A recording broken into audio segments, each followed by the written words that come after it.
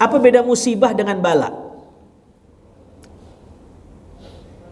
Mana yang lebih ngeri Pak? Musibah atau bala? Hah? Musibah atau bala? Kurang kencang ini. Musibah apa bala? Iya. Iya. Udah kencang salah lagi. Yang lebih ngeri itu musibah, bukan bala. Nah, kenapa bapak-bapak jawabnya bala? Karena kata bala itu udah kadung terlanjur diserap jadi bahasa Indonesia yang ditempelin sama kata yang lain seolah-olah lebih serem dari musibah. Tolak bala. Bala bencana. Nggak ada tolak musibah. Paling yang ada tolak angin. Ya, tolak bala. Ini seolah-olah bala itu kayak semacam azab, padahal tidak. Kalau kita merujuk pada istilah Al-Quran, bala itu justru kesannya positif. Berbeda dengan musibah. Ada banyak ayat yang menggunakan kata musibah, itu kesannya justru balasan Allah karena kesalahan orang. Fabima kasabat aidikum, karena human error. Karena kitanya yang tambeng, kitanya yang ngebangkang, kitanya yang ngeyel, kitanya yang ngebelot, diturunin sesuatu namanya musibah. Itu musibah tuh. Tapi kalau bala min sunanil ilahiyah, dia hukum alam aja. Mau orang itu soleh kagak soleh, kalau dia hidup dia dikasih bala. Karena Allah menciptakan hidup dan mati sepaket sama bala. Tabarakalladzi biyadihil mulk wa huwa ala kulli syai'in qadir. Alladzi khalaqal mauta wal hayata, apa ujungnya tuh? Liyabluwakum. Tuhan menciptakan mati dan hidup. Mati dan hidup itu diciptakan Tuhan. Fungsinya apa? Liyabluwakum katanya. Untuk memberi bala kepadamu. Berarti isinya hidup dan isinya mati itu bala. Jadi hidup dan mati itu sepaket sama bala. Tidak mungkin ada orang hidup tidak dapat bala. Pasti dapat bala. Halo, Assalamualaikum.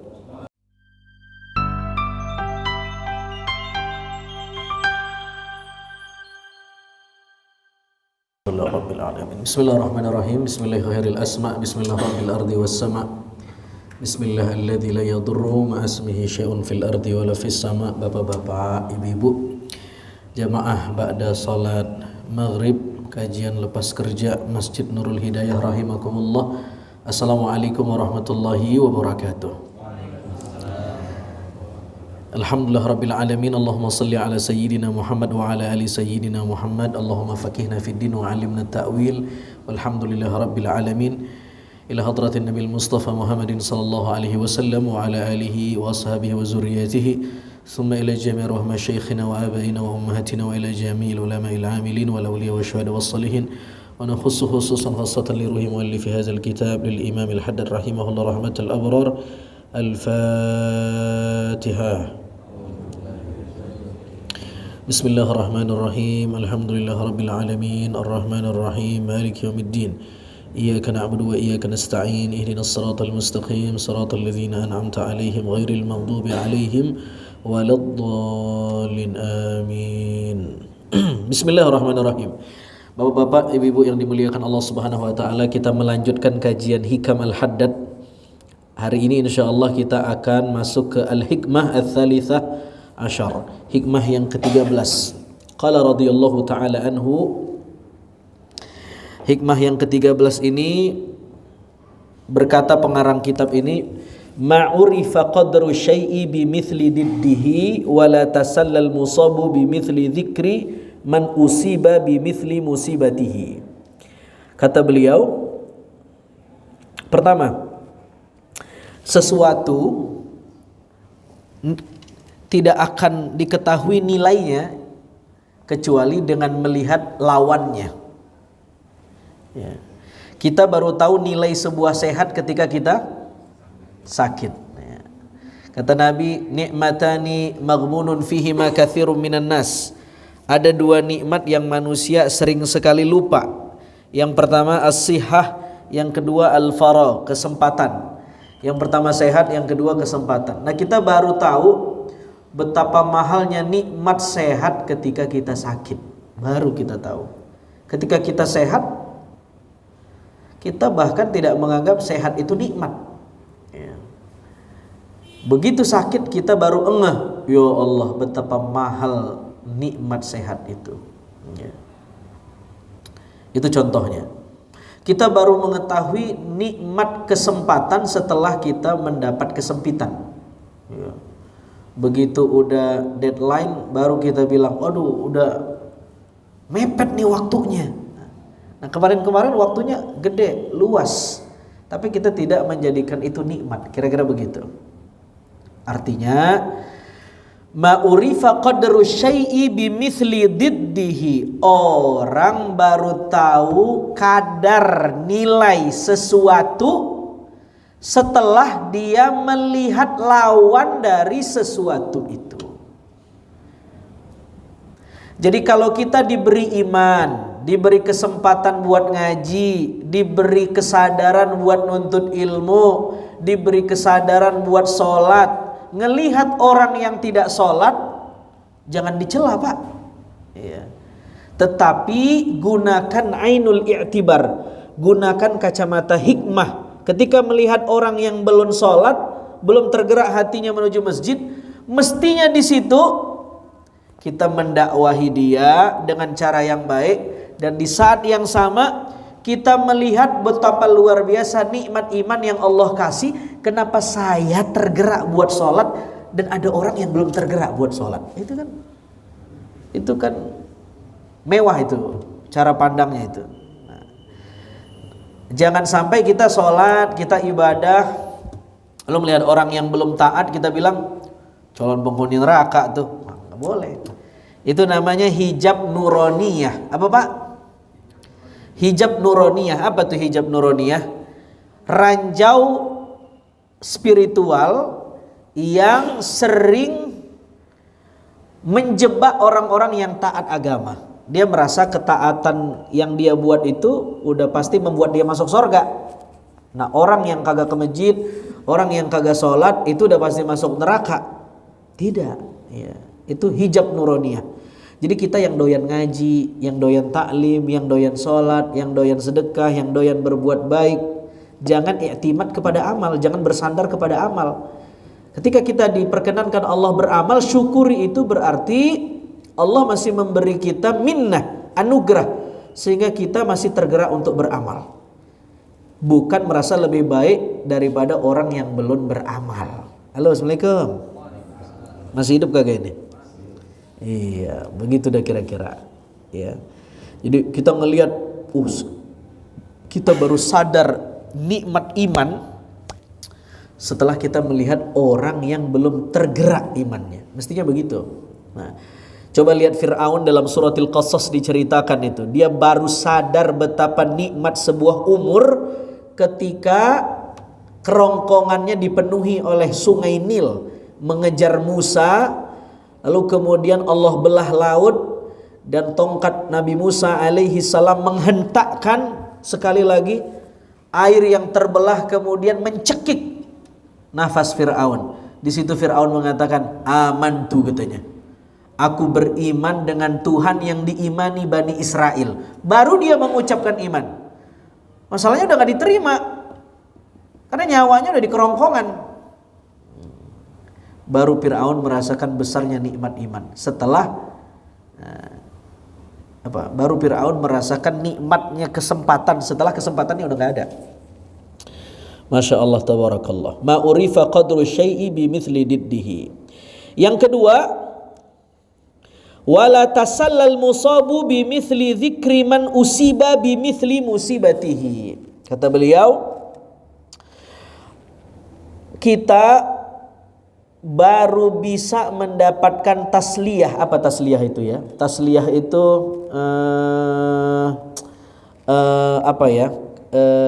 obat hati. Ya. Hati kita lagi mumet tapi dapat tasliyah jadi nggak jadi galau. Itu namanya tasliyah. Nah kita baru mendapatkan tasliyah, hiburan ketika kita mendapat musibah. Orang yang kena musibah dan dia baru dapat hiburan atas musibah itu setelah dia melihat ada orang lain yang dapat musibah yang sama seperti dirinya. Halo, assalamualaikum. Nah, makanya kata dikatakan innal musibata idza ammat hanat wa idza ikhtassat thaqulat. Musibah itu Pak, kalau nimpa ke satu orang itu berat banget rasanya. Tapi kalau nimpaknya bareng-bareng ringan. Bukan cuman kita. Begitu pasangan kita meninggal, itu kan sedihnya bukan kepalang Pak ya. Begitu kita ingat-ingat ternyata yang pasangannya wafat bukan cuman kita. Ada banyak manusia di muka bumi Allah ini yang pasangannya juga wafat, dan itu sunatullah, itu hukum alam. Dan semua pasti bakal mati. Begitu kita mikir begitu, kan kita nggak jadi stres. Karena kita melihat orang lain juga mendapatkan hal yang sama. Maka orang beriman jauh dari kata stres. Maka coba lihat, ada banyak ayat yang isinya itu mengingatkan Nabi Muhammad bahwa rasul-rasul dan nabi-nabi sebelum Nabi Muhammad juga diuji sama seperti Nabi Muhammad. Ini bentuk tasliyah, bentuk hiburan buat Nabi. Nabi diolok-olok sama orang kafir jahiliyah Mekah. Nah, supaya Nabi punya hati lapang, Allah memberikan tasliyah. Bagaimana caranya? Diingat-ingetin sama Allah bahwa dulu Rasul sebelum engkau juga sama diolok-olok wahai Nabi. Nah, itu uslub yang diberikan Al-Quran. Misalnya dalam suratil Al-An'am ayat 10. Walaqad istuhzi'a birusulin min qablika fahaqa billadzina sakhiru minhum makanu bihi yastahzi'un. Jika sungguh utusan Allah, nabi-nabi, rasul-rasul sebelum engkau juga sama dihina, diolok-olok, direndahkan oleh umatnya, dan kelak yang menghina diazab, dimusnahkan oleh Allah Subhanahu wa taala. Nah, Nabi kan mendengar ini tasliyah, tidak jadi sempit dada. Ya, dalam ayat yang lain misalnya, wa in yukadzibuka faqad kudzibat rusulun min qablika wa ilallahi turja'ul umur. Ya.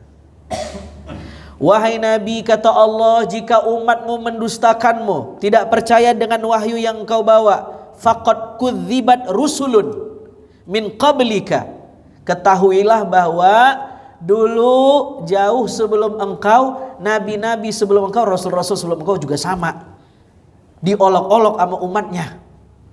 Jadi nggak jadi sedih Nabi. Ini bentuk tasliyah. Jadi cara kita merekayasa suasana batin kita agar kita tidak stres ditimpa musibah adalah dengan cara kita menyadari bahwa ujian itu adalah min sunanil ilahiyah, hukum alam. Semua dapat. Tidak ada orang yang hidup tidak diuji. Tidak ada. Halo, Assalamualaikum. Nah, coba apa hikmah Allah memberikan ujian Pak? Satu, min sunanil ilahiyah, bahwa ujian itu hukum alam. Tidak ada orang yang tidak diuji. Tidak ada. Apa beda musibah dengan bala? Mana yang lebih ngeri Pak? Musibah atau bala? Hah? Musibah atau bala? Kurang kencang ini. Musibah apa bala? Iya. Iya. Udah kencang salah lagi. Yang lebih ngeri itu musibah, bukan bala. Nah, kenapa bapak-bapak jawabnya bala?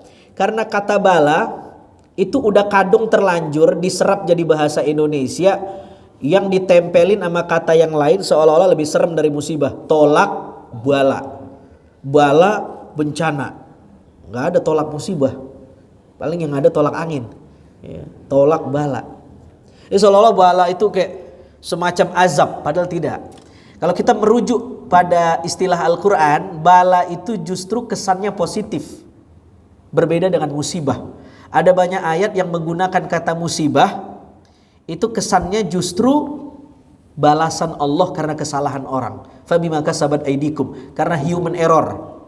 Karena kitanya yang tambeng, kitanya yang ngebangkang, kitanya yang ngeyel, kitanya yang ngebelot, diturunin sesuatu namanya musibah. Itu musibah tuh. Tapi kalau bala min sunanil ilahiyah, dia hukum alam aja. Mau orang itu soleh kagak soleh, kalau dia hidup dia dikasih bala. Karena Allah menciptakan hidup dan mati sepaket sama bala. Tabarakalladzi biyadihil mulk wa huwa ala kulli syai'in qadir. Alladzi khalaqal mauta wal hayata. Apa ujungnya itu? Liyabluwakum. Tuhan menciptakan mati dan hidup. Mati dan hidup itu diciptakan Tuhan. Fungsinya apa? Liyabluwakum katanya. Untuk memberi bala kepadamu. Berarti isinya hidup dan isinya mati itu bala. Jadi hidup dan mati itu sepaket sama bala. Tidak mungkin ada orang hidup tidak dapat bala. Pasti dapat bala. Halo, Assalamualaikum. Paham ya? Beda musibah sama bala, paham ya? Apalagi dalam banyak ayat bala itu mesti menyangkut orang beriman. Kalau musibah tidak mesti. Ya. Kalau bala itu menyangkut orang beriman. Boleh jadi orang beriman itu taat atau tidak taat. Jika dia beriman wajib diberi bala. Itu namanya bala. Mau dia salah atau lagi benar dapat bala. Dan bala itu sifatnya bisa yang enak, bisa yang kagak enak. Itu namanya bala. Coba lihat Nabi Sulaiman. Nabi Sulaiman ini orang kaya. Punya bini 600. Nah, yang tidur langsung bangun dia. Iya. Buset katanya. Iya. Halo, Assalamualaikum. Nah, saya ingin menggambarkan betapa Nabi Sulaiman kaya. Saya bilang 600 bukan berarti itu yang kudu Bapak ingat pulang. Ya, maksudnya kita punya bini satu aja ngempanin gincunya udah ngap, Pak. Ya, bedakannya, make upnya. Ini Nabi Sulaiman punya bini 600. Coba itu, Pak. Berarti kan kalau bukan kaya apa? Mesti kaya kan, punya bini 600. Mungkin Bapak nanya ngapa banyak banget, atau ibu-ibu di bawah. Dulu syariat Nabi Sulaiman beda regulasinya sama syariat Nabi Muhammad. Tidak diatur batas limit istri. Ya, boleh lebih dari 4. Begitu syariat Nabi Muhammad dibatasi jadi 4. Jadi angka 4 itu sudah angka pembatasan, jangan dikurangi lagi. Sehat. Iya, kayaknya ngerekam bener ini kayaknya. Iya. Nah, lanjut. Bini saya nonton kagak ini? Nah, lalu kemudian ya, Nabi Sulaiman itu saking kayanya tiap pagi sedekah sama ikan di laut. Ngasih makan ikan. Coba itu. Lah ikan di laut dikasih makan. Itu kan saking kayanya. Karyawan Nabi Sulaiman tidak hanya bangsa manusia, bangsa jin itu nyodorin CV buat kerja. Saking kayanya Nabi Sulaiman. Tapi coba lihat apa testimoni Nabi Sulaiman. Dia mengatakan, liyabluwani ashkuru am akfur. Coba lihat kata-katanya.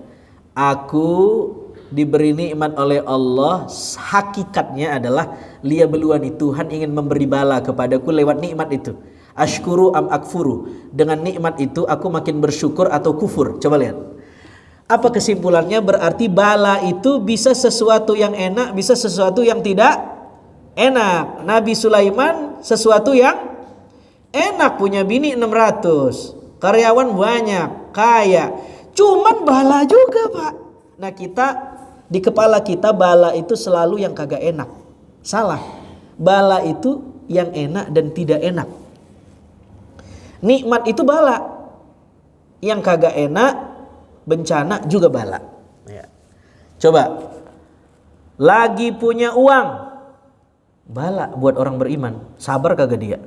Lagi banyak uang, bala juga. Syukur gak dia?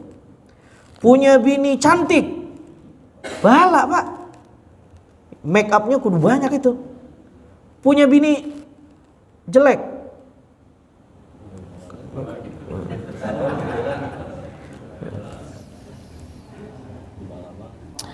jadi semuanya adalah bala.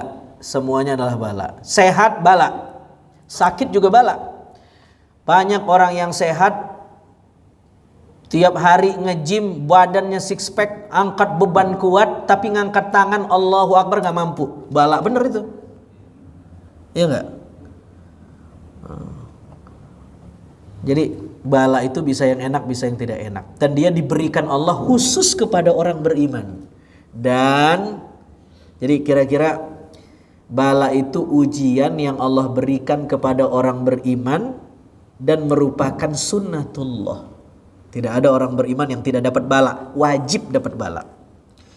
Dan kenapa orang beriman dikasih bala? Karena ingin naik kelas. Hanya orang yang diuji yang bisa naik kelas. Yang tidak ujian ya nggak bisa naik kelas, kecuali ngejar paket C atau ijazahnya palsu. Saudara yang dimuliakan Allah Subhanahu wa taala, sampai mana tadi ini? Bala ya. Nah, jadi itu kenapa bala diturunkan Allah. Yang kedua, kata para ulama, kenapa ujian diberikan Allah? Tamhisul qalbi, untuk membeningkan hati. Orang mungkin ketika nggak dapat bala atau tidak diberi ujian yang pahit, dia lupa sama Allah. Karena tabiat manusia, kalla innal insana la yatagha ar-ra'ahu istaghna. Jika dia melihat dirinya serba cukup, dia lupa sama Tuhan yang memberi kecukupan. Dan itu tabiat kita memang. Dulu mungkin sebelum kita nikah, doa kita kenceng biar dapat bini. Begitu udah nikah, kan jadi lupa berdoa. Udah dapat, belum dapat kerja, kita bangun tahajud biar dikasih kerja. Udah dapat kerja, posisi settle, ya, masuk di dewan direksi lagi. Itu udah nggak, jangankan bangun malam, subuh juga lewat. Karena tidurnya udah pakai AC, rumahnya udah mewah. Jadi seringkali orang lupa ketika dia mendapat kenikmatan. Itu sebenarnya kata para ulama, ujian nikmat itu jauh lebih berbahaya daripada ujian yang tidak nikmat. Ya. Banyak orang lolos dari ujian kesusahan, tapi sedikit orang yang berhasil melewati ujian kenikmatan. Belajar jadi orang susah itu gampang, tapi belajar jadi orang kaya susah. Halo, Assalamualaikum. Coba belajar jadi orang susah, ya kagak usah belajar, emang dari sononya saya orang kampung, kira-kira begitu ya.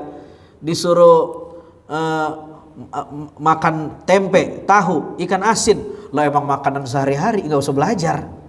Tapi begitu jadi kaya, tetap tawadu enggak, tetap rendah hati enggak, kan susah belajar jadi orang kaya. Iya. Iya. Begitu jadi aktivis, idealis, tiba-tiba diangkat jadi menteri, udah berubah, bukan aktivis lagi, aktebal. Karena udah tebal tuh. Ya memang susah kan? Ya, itu dahsyat memang. Ya kan? Nah, itu ya. Nah, tamhisul qalbi artinya membeningkan hati. Ya. Orang, coba saya sering bilang, kita lebih khusyuk mana? Sholat lagi banyak uang atau nggak punya uang? Nggak punya uang. Kalau punya uang mungkin sholatnya cepet-cepet. Apalagi ada MOU yang mau ditandatanganin biar deal. Udah itu sholatnya gedebak-gedebuk. Coba kalau lagi nggak punya uang, takbirnya aja beda. Allah, wah, malaikat sampai insecure ngelihatnya.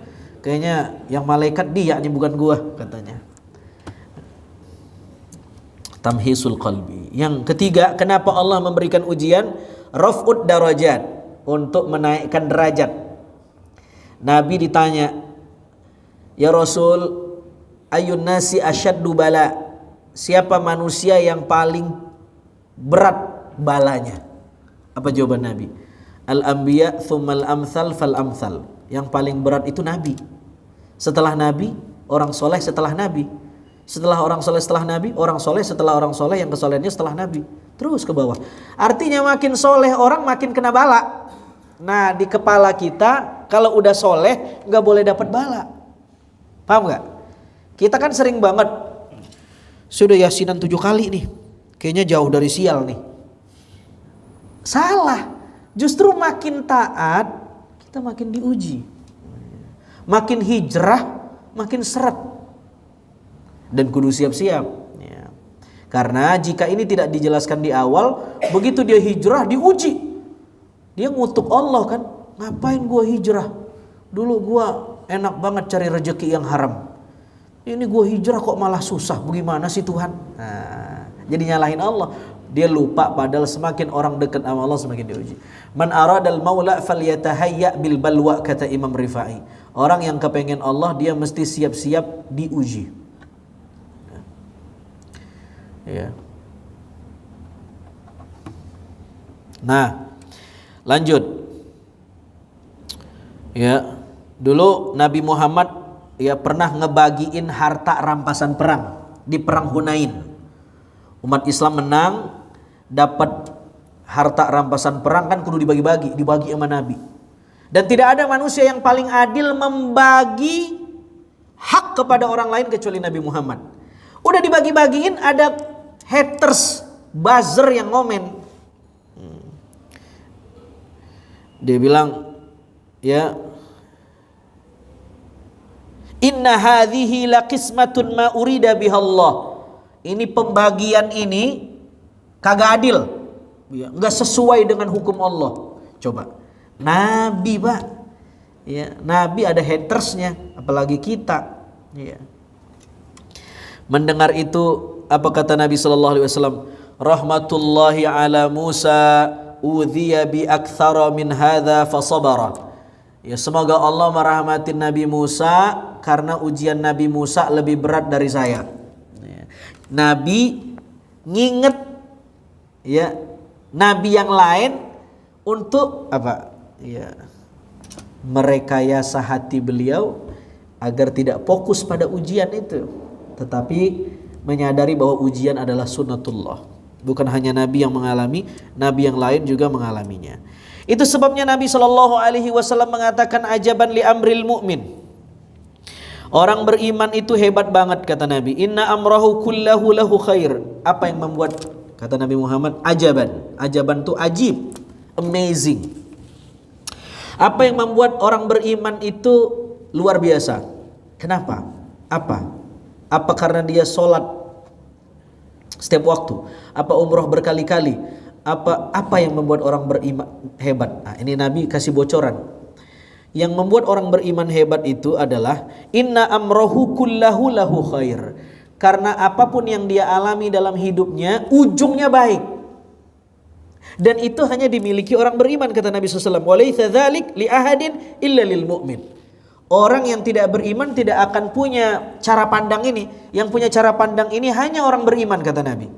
Maksudnya, in asabathu sarra syakar fakana khairan lahu, wa in asabathu dharra sabar fakana khairan lahu. Jika dia ditimpa yang enak-enak, diberi nikmat, dia syukuri, dan syukur itu baik. Sebaliknya jika dia diberi sesuatu yang tidak enak, ujian, bala, dia sabari, dan sabar itu juga ujungnya baik. Dua-duanya baik. Syukur, sabar. Syukur, sabar. Nah, itu yang membuat kita dipuji oleh Nabi ternyata. Mempunyai akhlak syukur dan akhlak sabar. Berat tuh ya. Teorinya mah enak ya diucapin. Ngejalaninnya kan susah banget itu, Pak. Susah banget itu. Ya. Halo, Assalamualaikum. Ini ada cerita. Ada seorang namanya Al-Utbi.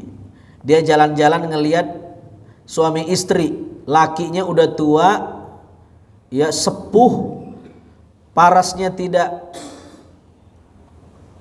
ya di bawah rata-rata laki-laki umumnya. Sementara dia punya bini cantik banget.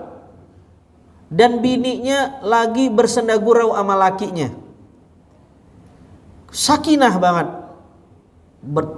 Ini seseorang yang bernama Al-Utbi ngedatangin pasangan suami istri. Dia nanya, apa yang membuat kalian langgeng, sakinah, dan lebih-lebih engkau, wahai perempuan, wajahmu luar biasa elok, tetapi wajah suamimu mengujimu, katanya.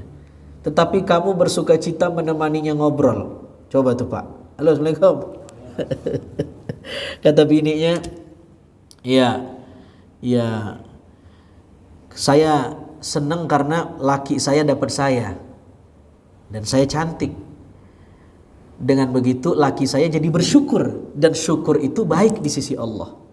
Begitupun saya dapat laki saya katanya, membuat saya jadi sabar katanya, dan sabar itu juga baik di sisi Allah katanya. Jadi kami dua-dua ahli taat katanya, karena laki saya dapat syukur, sayanya dapat sabar katanya.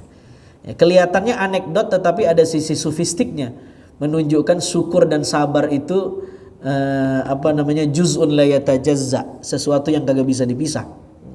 Di mana ada syukur di situ ada sabar, di mana ada sabar di situ ada syukur.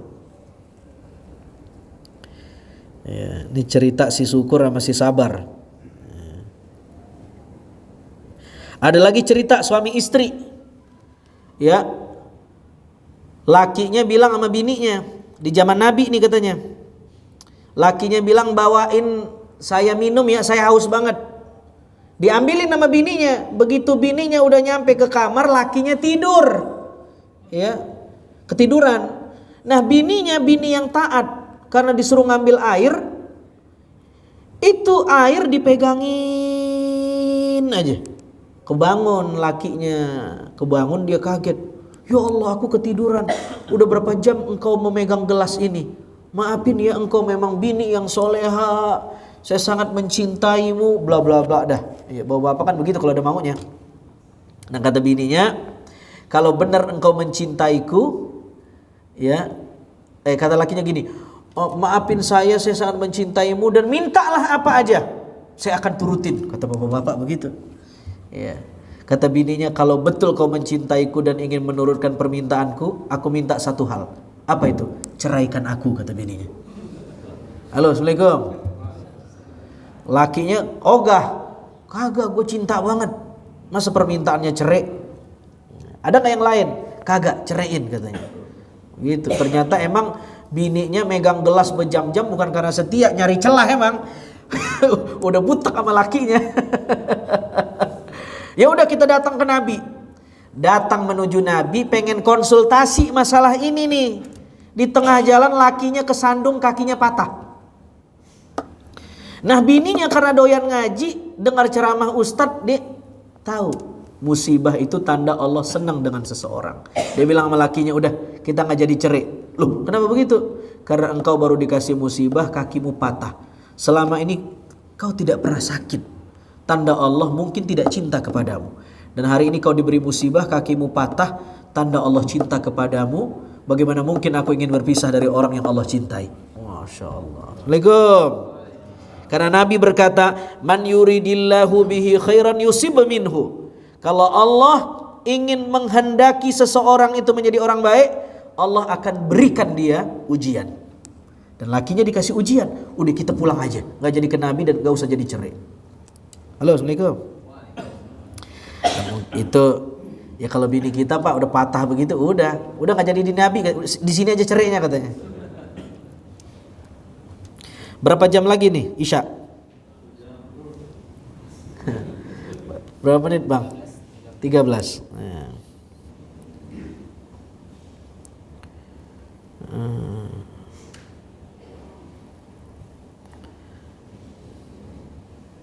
Nah, kata Umar ibnul Khattab, sebelum tanya jawab, kata Umar ibnul Khattab, beliau mengatakan,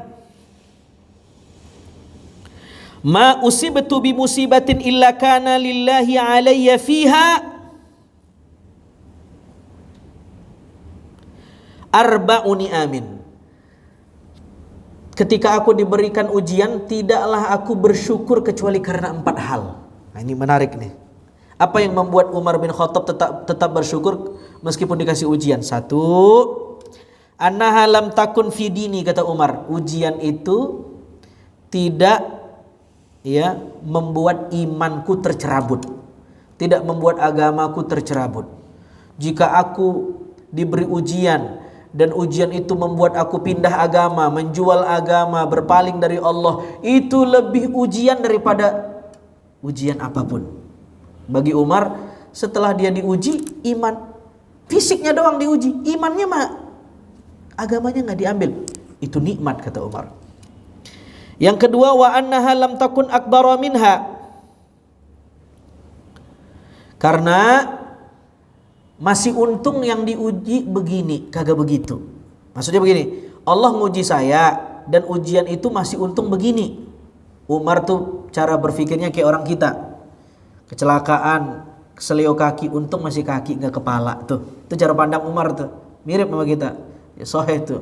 Ketimpa kepala, untung kepala masih hidup. Orang langsung mati di tempat. Ya. Udah mati pun masih untung. Ya, untung mati di tempat dia kagak nyusahin orang ya katanya. Mungkin husnul khotimah kali syahid. Macam-macam, untung aja pokoknya. Nah, itu orang soleh itu begitu emang cara dia menilai Allah. Yang ketiga, wa annani lam uhramir ridha inda nuzuliha. Aku masih mensyukuri musibah karena dengan musibah itu membuat aku lebih ridha kepada Allah. Nah, kalau ada di antara kita yang diberi musibah lalu suudzon kepada Allah, itu lebih musibah dari musibah. Yang keempat, wa annani arju thawaballahi alaiha. Aku berharap dengan ujian ini ya aku mendapatkan pahala dari Allah Subhanahu wa taala. Karena pahala itu berbanding lurus dengan ujian. Pahala berbanding lurus dengan ujian. Ada pertanyaan silahkan. Iya, silahkan Pak. Assalamualaikum warahmatullahi wabarakatuh. Iya, silakan Pak. Pertanyaannya adalah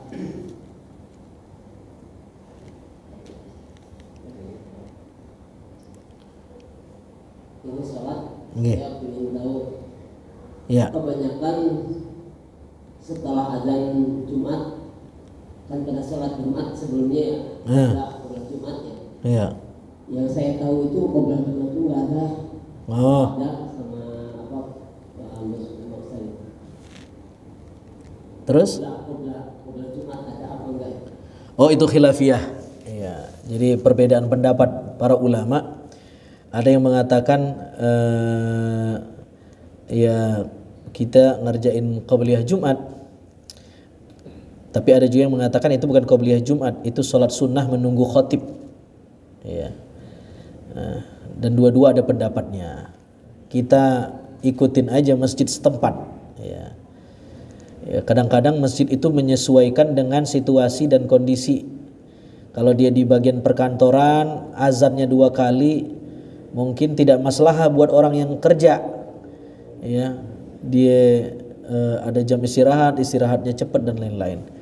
Saya kira pendapat-pendapat ulama di bidang fikih dan itu berbeda pendapat rahmat buat kita. Karena semakin banyak pilihan, semakin banyak yang bisa kita ambil, yang paling mudah membuat kita. Tapi kalau di kampung, ya jangan sekali azannya. Karena kan orang yang di kampung hidupnya lebih fleksibel, kerjanya tidak sehektik yang di kantor di perkotaan. Jadi itu hikmah dari perbedaan pendapat. Jadi dua-duanya benar Pak, yang nggak benar yang nggak sholat Jumat. Ada pertanyaan lagi kira-kira? Ya silakan.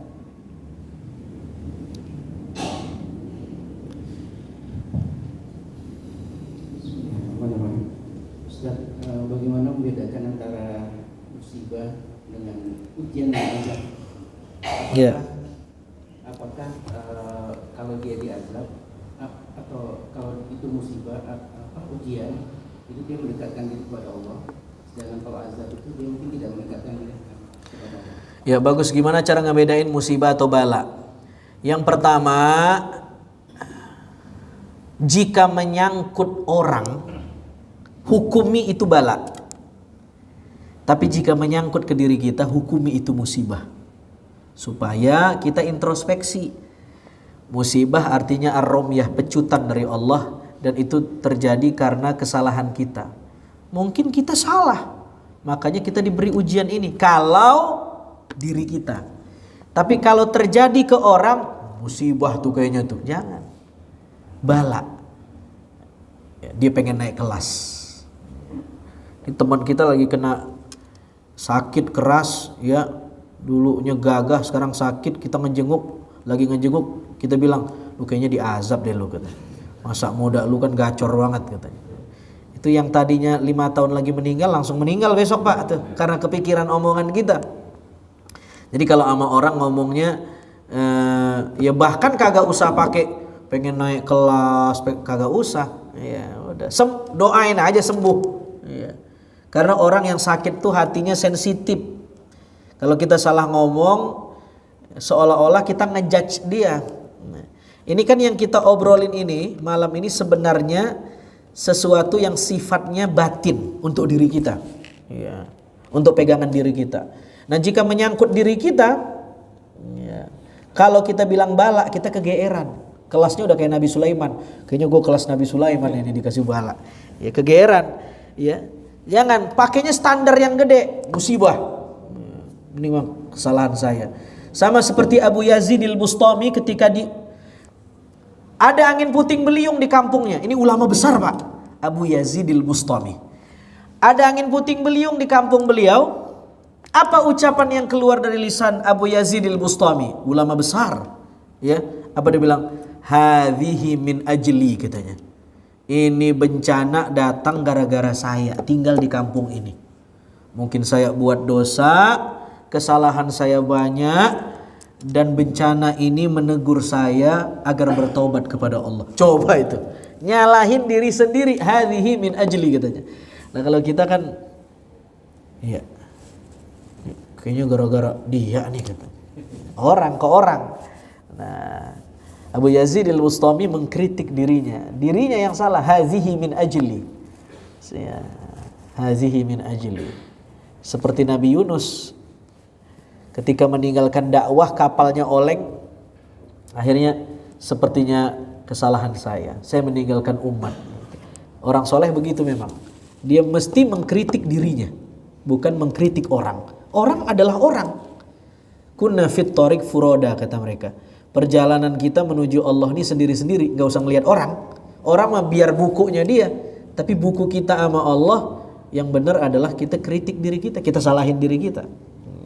Ini menyangkut batin, menyangkut rohani, akhlak. Tapi kalau sesuatu yang sifatnya crime, kriminal, apalagi di ruang publik, ya orang yang buat salah mah tetap dihukum, Pak. Ya, udah jelas-jelas korupsi, udah jelas-jelas nilep uang rakyat. Jangan pakai kaidah ini mah kaidah akhlak. Kayaknya enggak dah, bukan dia yang korupsi, saya kayaknya. Yang enggak cocok itu. Ya, tetap dihukum, masukin KPK, kalau perlu cepuin, laporin ke polisi. Cuman setelah dia ketangkep, masuk penjara, di hati kita jangan merasa kita lebih soleh di hadapan Allah daripada dia karena dia masuk penjara. Di situ sisi akhlaknya. Tetap aja, mungkin Allah nerima taubatnya kita, belum tentu. Mungkin kita masuk neraka gara-gara kesombongan kita sholat, ngaji. Nah, di situ sisi akhlaknya. Nah, orang banyak gagal paham sehingga dia memfitnah ilmu akhlak ini. Ilmu tasawuf, mereka mengatakan ilmu tasawuf nggak masuk akal. Masa semua orang dianggap baik? Kalau itu nggak ada penjahat yang dilaporin dong. Dia gagal paham mencerna ngajinya. Bukan itu maksudnya. Halo, Assalamualaikum. Nah, ada yang lain nggak? Ada lagi? Isya berapa lagi nih? 2 menit lagi. Iya, ada lagi? Iya, antum kayaknya nih. Iya, tambahan. Nah. Jamaah. Iya. Siapa? Langganan, bukan? Oh, beda. Ah, ya. Bagaimana menyikapi ketika kita doa kita yang kita sudah panjatkan bertahun-tahun tidak terkabul, dia sudah doa, udah puasa, iya, naam, segala macam. Iya. Nah, ini kok doanya nggak? Oke, poinnya saya tangkap karena Isya udah deket. Allah pasti mengabulkan doa. Cara Allah mengabulkan doa 3. 1, mengabulkan sesuai permintaan. 2, mengabulkan dengan cara menunda. 3, mengabulkan dengan cara tidak mengabulkan. Jadi tidak mengabulkan adalah cara Allah mengabulkan. Jadi Allah pasti mengabulkan. Itu dulu. Yang kedua, jangan menikmati hasilnya. Jangan tertuju pada hasil doa, tapi nikmati proses doanya. Tujuannya adalah doa, bukan hasil doa. Karena kalau hasil doa kita mengutuk Allah. Bagaimana sih Tuhan? Masa gue udah sholat belentang-belentang kagak dikabul-kabulin? Dia merasa Allah itu teller. Ya. Udah dikasih premi, sini mana balasannya? Enggak begitu. Allah mah Allah, suka-suka hati Allah, mau ngasih mau kagak namanya juga Allah. Yang enggak boleh suka hati adalah kita. Kita seringkali merasa kita lebih Tuhan dari Tuhan, sehingga kita ngatur Allah, kapan dikabulin nih? Ya, di situ rusaknya tauhid orang yang berdoa. Maka berdoa itu pakai tauhid, jangan pakai hawa, jangan pakai emosi. Ya. Kita doa sampai nangis, ya Allah balasin dia, ya Allah kau maha adil. Kan hebat banget tuh, sampai nyala-nyalahin orang di doa. Ya, sampai ya. Nah, ketika kita membawa tauhid, bobot ruh doanya mesti nggak begitu. Ya. Dan dia yakin betul bahwa bukan makna bukan hasil doa yang dia tunggu. Proses doa. Loh, dia udah diizinkan untuk sadar berdoa, itu kan besar tuh Pak. Berapa orang yang tidak sadar mengangkat tangan ke Allah. Nah, kita masih diberi kesadaran. Itu kan lebih mahal dari hasil doa kan. Ada orang pergi ke dukun, pesugihan, syirik. Kita enggak. Mintanya ke Allah. Itu iman, dan iman lebih mahal daripada apapun. Nah, itu yang mesti kita sadari. Jadi ya terus aja berdoa, karena doa adalah ibadah. Terus ketuk. Ya. Gitu. Mudah-mudahan. Iya, nah, mudah-mudahan bermanfaat. Yang berdoa perempuan nih, yang bacain doa laki-laki. Mudah-mudahan antum jodoh berdua. Aku qouli hadza wa astaghfirullah li wa lakum wa lisairil muslimina wal muslimat wal mu'minina wal mu'minat wa fawzal mustaghfirin wa najatat taibin walhamdulillahirabbil alamin. Sama-sama Rabbana ighfir lana wa liwalidina warhamna warhamhum kama rabbawna shighara. Rabbana atina fid dunya hasanah wa fil akhirati hasanah wa qina adzabannar. Wa sallallahu wasallam alhamdulillahi rabbil alamin. Assalamualaikum warahmatullahi